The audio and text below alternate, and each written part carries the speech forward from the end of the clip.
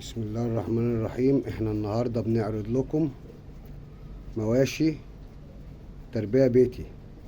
هنعرفكم النهاردة ان شاء الله، دي اول حلقة لينا هنتكلم فيها ازاي تختار الخروف الأضحية او الخروف اللي هتقنيه عامة، او اي خروف هتشتريه. اول حاجة بتبص على الخروف النشيط، ما تخشش على خروف كسلان او تعبان.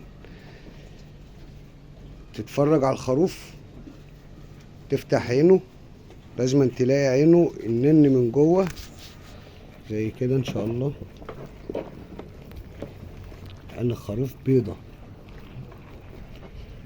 تبقى بيضة من جوه تمام. والفروة بتاعت الخروف تبقى متينة زي كده، مش تشدها ايه، بص كده اهو، ممكن تشدها تطلع، لا لازم تبقى متينة.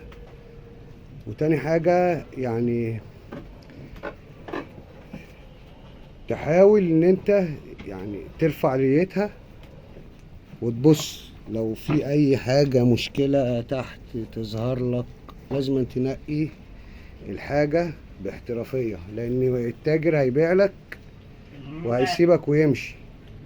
خلاص انت بقى البس بقى شاربة مية بملح، عيانة عندها الدوار.